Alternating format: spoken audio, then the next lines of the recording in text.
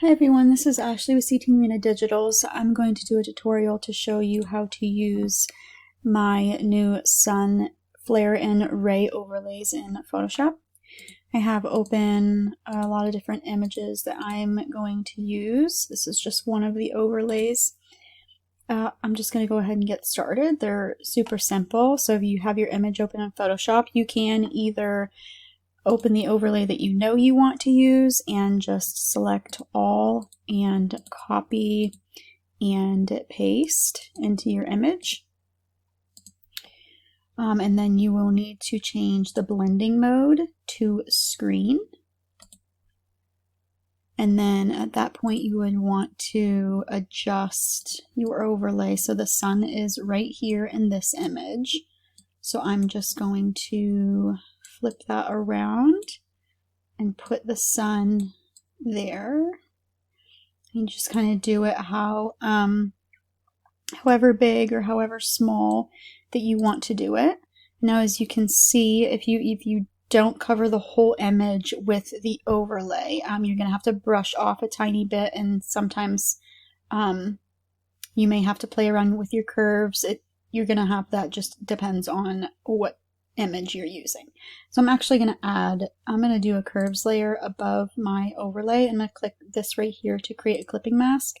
I'm just going to drag that down because I want it to be a little bit deeper of a, see if you do that, like it's too, it's not as saturated or as contrasty as I would like it. So I'm just going to do that. And as you can see, that got rid of the box around it. So I don't even have to create a layer mask anymore to mess with that.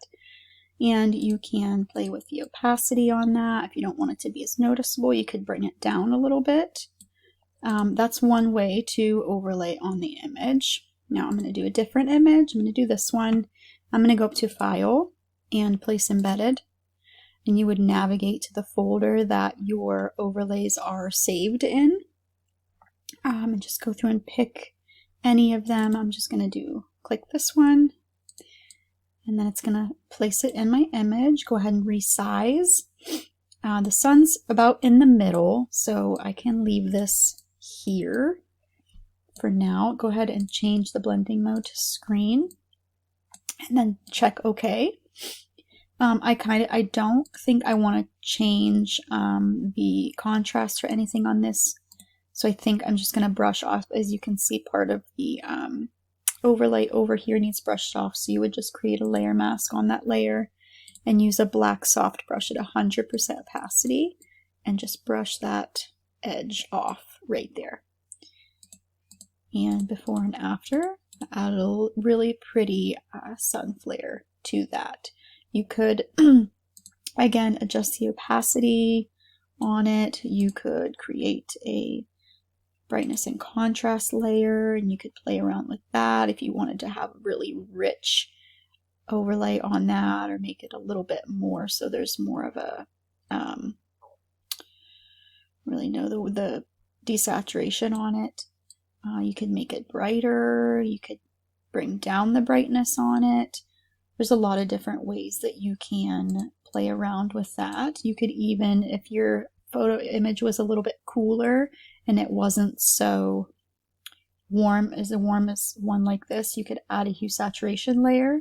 Always make sure you clip it so it's only applied to your overlay and not your image. And you could play around with the hue saturation on that. You could say I wanted to make it a little bit more like blue or cooler, and then you could bring down the opacity on it. So it could be a little bit more cooler, or if you were on like a black and white layer, you could just create a black and white over the overlay to do that. So next image, I'm going to just go ahead and I'm going to keep using my Place Embedded. Go to File, Place Embedded. I want to do a cool rainbow one on this one. There's a few different ones in here. I'm going to use this one.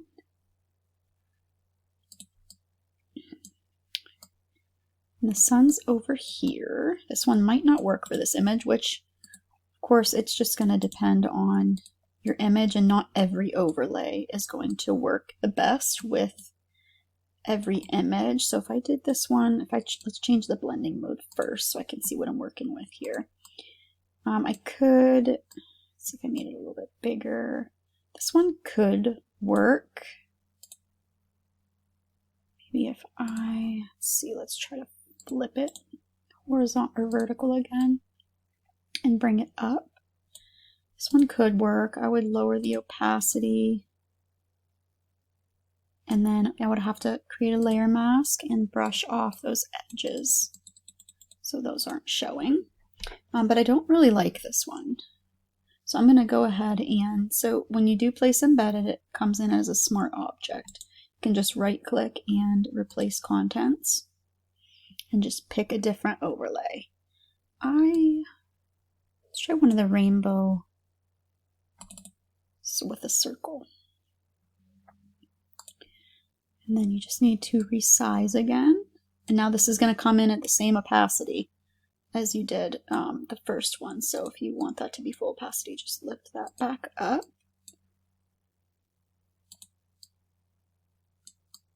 Play around with where I want this one to be. I'll zoom out some here. So you make it this as big or as small as you want. This would add a really cool effect. Obviously the sun is very big, but if we lower the opacity on it a little bit, it wouldn't be as noticeable. Or if you went in and you added a brightness and contrast, clip it to that and brought down the brightness. There we go. That looks a lot better. I think that's, and if I went ahead and merged these two layers together. I had to change the blending mode back to screen. That added a really pretty effect to that image. I would use this one. And now if you feel like you need to blur certain parts of it a little bit more, you can just go up to the blur, Gaussian blur, and then add some blur to that to make it maybe a little bit more dreamy. There we go. I would do that. If you start to see banding from adding too much blur, just add in some noise. So you would go to filter, noise, add noise, and I typically use I'd use 1.53 a lot. I know it's like such a random number, but it's what I use. And I use anywhere from 1.5 to 2% for that. And then I would be done with that image. Have a couple here. I'm just going to go to, again, file, place embedded. I want a little bit of a smaller one for this one because the sun is placed like right between their face, and I don't want to overpower the image with sun flare. Change the blending mode to screen. Now this is gonna hide their faces quite a bit. So I would come to I wanted brightness and contrast. And I would bring down that brightness quite a bit, and I would probably also, obviously you can do whatever you want. This is just adding a tiny bit of a flare to that. I would probably even decrease that just a tiny bit more so it's very subtle on there. And then I would add probably another ray just at the top of the image, and you can even just use certain parts of it. So if I want to use this one, go ahead and add that, change the blending mode to screen. It's taking a little bit of time. Excuse me.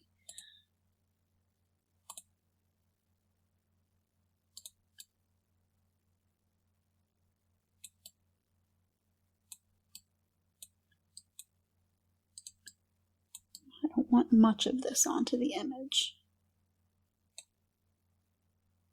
There we go. As if it's coming through the clouds up there on that part of the image. And then I just want to create that layer mask and brush off. I like to use a bigger brush to feather it a little bit. Brush off that just bottom line right there. And that added like a peek through from the clouds. I think that's really pretty. I wouldn't add much more to this because I wouldn't want their faces to be completely covered by the flare. And then I have a pullback one of a wedding. File, place embedded, and I definitely want a nice flare and ray on this one. Let's try this one. Okay, and I know the sun's on the other side, so I'm going to flip that. I'm going to change the blending mode real quick so I can see what I'm working with.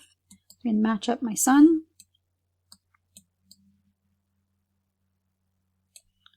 Okay, excuse me.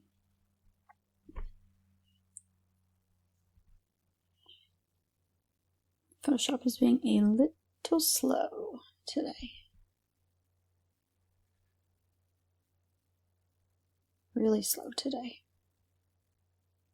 Now I'm going to want to, as you can see, there's a box around this one. I wanted it more so to fill in a little bit of this empty space in the image, not so much on my subject. So I will probably brush some of that off of them. But if this ever places,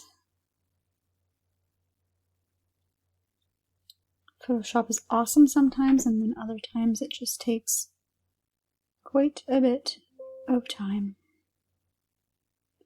There we go. Okay, create a layer mask, and then I'm going to, if it'll let me, there we go, brush off that box. Again, feather it. I don't want to use a small brush and then it be extremely noticeable where I'm brushing it off at. And then if you brush off too much, because Photoshop's kind of lagging. Okay, I don't know what's going on here. Okay, you can switch to your white brush, and I would bring it down to about 35% and brush just a little bit of it back on in certain spots. Let me just adjust this a little bit so it's completely over the sun. Okay, and then before and after, just made that sun a lot bigger. Place contents, see if there's any cool ones we can use. I do a lot of going back and forth sometimes, but using the place embedded makes it a lot easier. This is a pretty cool one. If you line that up, some people might think it's distracting, but that could add a whole new element if you wanted it to. And there's some that have even bigger ones where you could probably even zoom out, make it big enough to where it's going completely around the couple. The sun would still be there. That would be really pretty. Wait for that to resize. It's where Photoshop likes to be slow whenever I'm doing tutorials. Zoom back in. Lower the opacity on that just a little. And bring down some of the brightness. And that looks really cool.